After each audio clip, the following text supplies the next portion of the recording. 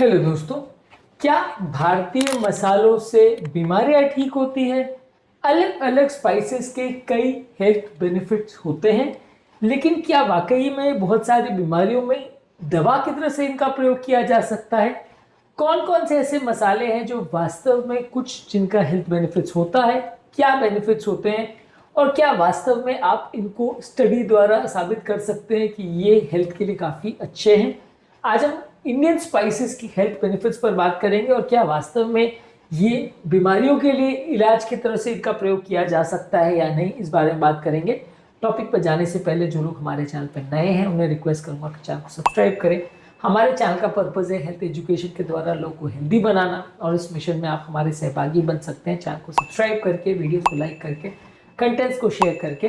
Topic के दौरान कुछ इंटरेस्टिंग साइंटिफिक फैक्ट्स, कुछ प्रैक्टिकल बातें, कुछ साइंटिफिक फैक्ट्स और स्टडीज़, हमारा अपना एक्सपीरियंस, हमारे ओपीडी की कुछ स्टोरीज और हमारा फाइनल वर्डिक्ट आपको बताऊंगा। इसलिए बने रहिए हमारे साथ एंड तक। चलिए शुरू करते हैं हमारे साथ ये हेल्थ का सफर। क्या आपके घर में मसालों को हेल्थ के लिए यूज किया जाता है या बीमारियों के इलाज के लिए प्रयोग किया जाता है? क्या आपको मसालों के हेल्थ बेनिफिट्स के बारे में पता है? कमेंट सेक्शन में लिख के हमें बताएं। ज्यादातर इंडियन कंपाउंड्स में कुछ मेडिसिनल तत्व रहते हैं जो कि अलग अलग डोजेज में, ड्यूरेशन में और अलग अलग बीमारियों में मदद कर सकते हैं। फॉर एग्जाम्पल, हल्दी में होता है क्यूरक्यूमिन, जिसकी एंटी इंफ्लेमेटरी प्रॉपर्टीज होती हैं। यदि आप हल्दी को डायरेक्ट लेते हैं, दाल में लेते हैं या कैसे भी लेते हैं, ये आपके ओवरऑल बॉडी के इन्फ्लेमेशन को कम करने में मदद करता है। लेकिन हाँ, इसमें ये आपको समझना पड़ेगा कि आप इसको कितनी मात्रा में ले रहे हो, वो जरूरी है। यदि आप हफ्ते में 2 बार दाल खा रहे हो और उसमें अगर आधा छोटा चम्मच हल्दी ले रहे हो या एक चुटकी हल्दी ले रहे हो, उससे आपको इतना फायदा नहीं मिलेगा। हर चीज में, हर बीमारी के कॉन्टेक्स्ट में एक स्पेसिफिक डोजिंग की रिक्वायरमेंट होती है, जिसके हिसाब से ये डिसाइड होता है कि वो फायदा करेगा कि नहीं। इसके अलावा दूसरे मसाले जैसे दालचीनी, अदरक, लहसुन और मेथी है, ये भी अलग अलग स्टडीज में दिखाया गया है कि बॉडी में फायदा करते हैं और सूजन को कम करते हैं। लेकिन ज्यादातर ये जो सारी स्टडीज है वो उस एक्सट्रैक्ट पर की जाती हैं जिसमें वो पदार्थ को निकाल करके बॉडी में डायरेक्ट दिया जाता है और ज्यादा डोज में किया जाता है।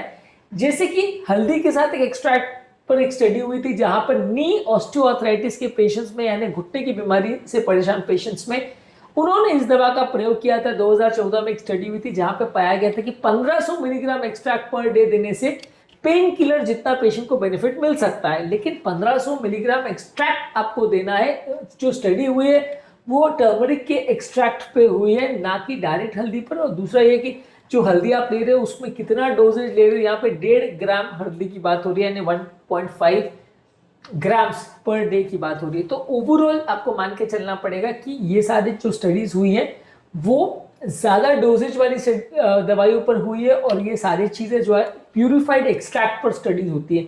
यानी कि हल्दी के अंदर जो क्यूरक्यूमिन पदार्थ है उसको निकाल करके उसको पेशेंट को दिया जाता है, तो वो ज्यादा प्यूरिफाइड फॉर्म होता है, उसमें ज्यादा लोगों को फायदा देखने को मिला है। तो हर चीजों में हर मसाला लेने से बीमारी ठीक हो जाएगी, आप ऐसा नहीं सोच सकते। सही कॉन्टेक्स्ट में, सही डोज में, सही मसाले को, और वो भी प्यूरिफाइड फॉर्म में लेंगे तो ज्यादा फायदा होगा।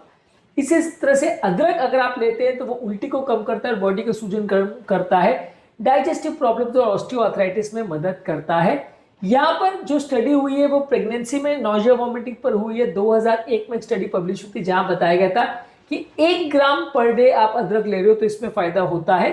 लेकिन यहाँ पे भी आपको ये देखने की जरूरत है कि ज्यादातर ये जो स्टडीज हैं वो कच्चा खाने पर होती है।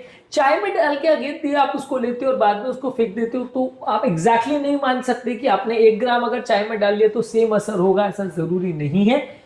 जितना उसमें एक्टिव सब्सटेंस है उतना मात्रा आपके दवा में या चाय में या खाने में आ जाना चाहिए, तो आपको एक्चुअल में फायदा होगा। बहुत कम मात्रा में ले रहे हैं या बहुत गलत तरीके से ले रहे हैं तो उतना फायदा नहीं होगा।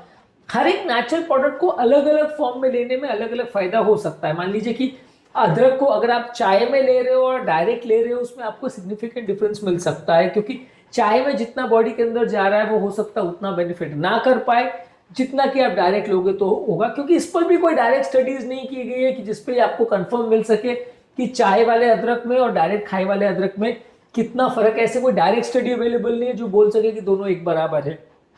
तो हमें टाइमिंग तो ये मान के चलना पड़ेगा कि हाँ थोड़ा बहुत फर्क आएगा। हाँ, चाय में अगर आप डाल के ले रहे हो या अगर अचार के फॉर्म में ले रहे हो या सब्जी में डाल के ले रहे हो तो हम उम्मीद कर सकते हैं कि उसमें कुछ फ़ायदा मिलेगा। लेकिन कोई भी चीज़ को यदि आप हीट करते हो, बॉईल करते हो, तो उसके अंदर की जो तत्व है वो खराब भी हो सकते हैं। तो चाय में आप बार बार चाय को उबाल रहे हो या सब्जी में आप सब्जी को उबाल रहे हो या उसको आप फ्राई कर रहे हो, तो हो सकता है उसका जो अच्छा तत्व है वो खत्म हो जाता हो और उतना बेनिफिट ना करता हो, ऐसा हो सकता है। तो ज़्यादातर ये मसाले डायरेक्ट फॉर्म में लेने में या अगर उनको आप ज़्यादा नेचुरल फॉर्म में लोगे तो ज़्यादा फायदा करेंगे। सब्जियों के फॉर्म में लेते हो या उबाल के लेते हो या उसको अलग अलग इनडायरेक्ट वे में आप लेते हो तो हो सकता है उसका बेनिफिट उतना ज़्यादा ना मिले जितना नेचुरली मिल सकता है। दालचीनी भी आपके शुगर लेवल्स को कम करती है, ऑलमोस्ट जितना मेडिसिन कर सकती है। ग्लाइसेमिक कंट्रोल जितना मिलता है, इस पर 2003 में एक स्टडी हुई थी, डायबिटीज केयर जर्नल में पब्लिश हुई थी, जहां पर बताया गया था कि 1 ग्राम पर डे यदि आप दालचीनी लेते हो तो वो आपके शुगर लेवल्स को 18 से 29% तक कम कर सकता है 40 दिन में। तो ओवरऑल ये सारी चीज़ें मदद करती है, लेकिन डायरेक्ट लेने में ज़्यादा फायदा करेगी। इसी तरह से लौंग और गार्लिक यानी लहसुन को के कुछ कीटाणुनाशक प्रॉपर्टीज होती हैं और ऐसा बताया गया है कि यदि आपको बॉडी में कुछ इन्फेक्शन हो तो इसमें आपको फायदा मिल सकता है। इस मामले में एलियम सटाइवम पर एक स्टडी हुई थी जहां पर बताया गया था कि ये मल्टी ड्रग रेजिस्टेंट कीटाणु को भी मारने में मदद कर सकते हैं, पर ये सारी चीजें रियल वर्ल्ड में कितनी ज्यादा मदद करेगी ये कह पाना थोड़ा सा मुश्किल है, क्योंकि ये सारी चीजें जब स्टडी होती है तो बिल्कुल नेचुरल और प्यूरिफाइड फॉर्म में उसका एक्सट्रैक्ट लिया जाता है। एक्चुअल में अगर आप उसको दवा के फॉर्म में ले लोगे तो कीटाणु मर जाएंगे और आपको दवा की जरूरत नहीं पड़ेगी, ऐसा कहना थोड़ा मुश्किल है। मेथी के साथ ये है कि ये ब्रेस्ट मिल्क बढ़ाने के लिए प्लस ब्लड शुगर को कम करने के लिए इसका प्रयोग किया जाता है, पर ज़्यादा मात्रा में लेते हैं तो ब्लोटिंग, गैस और लिवर की प्रॉब्लम्स कर सकते हैं। 2001 में न्यूट्रिशन रिसर्च जर्नल में एक आर्टिकल पब्लिश हुआ था जहां पे बताया गया था कि 25 ग्राम पर डे फेन्यूग्रीक यानी मेथी की सीड्स को यदि आप दिन भर में लेते हैं तो ये शुगर को सिग्निफिकेंटली कम करता है।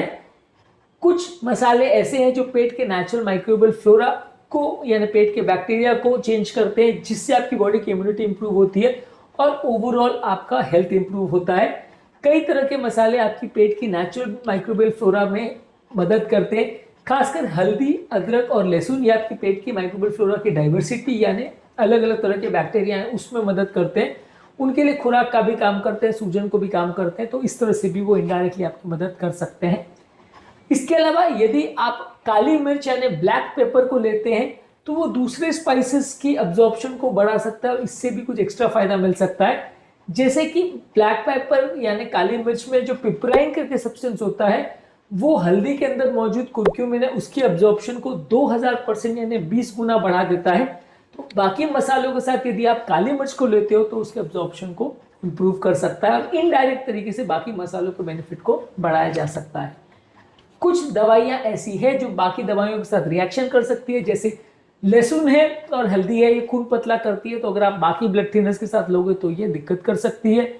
इसके अलावा कुछ स्पाइसेस जो है उसकी अलग अलग जगह से आप लेते हो तो उनकी क्वालिटी और पोटेंसी और उसमें जो नेचुरल तत्व है वो कम ज़्यादा हो सकता है, इसलिए क्वांटिफाई कर पाना थोड़ा मुश्किल है कि एग्जैक्टली जो स्टडी में बेनिफिट मिला वो उतना पेशेंट को एक्चुअल में बेनिफिट मिलेगा या नहीं। काफी लॉन्ग टर्म इन्फ्लेमेशन वाली बीमारियों में लंबे समय तक यदि आप स्पाइसेस को लेते हो तो आपको ज्यादा फायदा मिलता है। छोटे समय पे आप 2-4 दिन अगर उस मसाले को खा लोगे तो सब बीमारी ठीक हो जाएगा, ऐसा यूजली नहीं होता है। अब हम बात करेंगे कौन कौन से अलग अलग स्पाइसेस से कौन कौन से तरह के फायदे मिलते हैं। इस मामले में टर्मरिक यानी हल्दी में मौजूद कर्क्यूमिन, इसके एंटी इन्फ्लेमेटरी एंटीऑक्सीडेंट प्रॉपर्टी रहते हैं, इसको काली मिर्च के साथ लेते हैं तो अब्जॉर्प्शन ज़्यादा अच्छा होता है। जिंजर यानी अदरक को लेते हैं तो डाइजेशन के लिए अच्छा है, नोजिया वॉमिटिंग के लिए अच्छा है और आर्थराइटिस वाले पेशेंट के दर्द को कम करने के लिए अच्छा है। गार्लिक यानी लहसुन में होता है एलिसिन, ये ब्लड प्रेशर को कम करता है, खून को पतला करता है, ओवरऑल हेल्थ के लिए अच्छा है, इन्फ्लेमेशन को कम करता है। ब्लैक पेपर में होता है पिपराइन जो कि बाकी न्यूट्रिएंट्स को अब्जॉर्प्शन करने में मदद करता है। सिनेमन यानी दालचीनी में होता है सिनेमन डिहाइड और ये ब्लड शुगर लेवल्स को कम करता है, कीटाणु को कम करता है।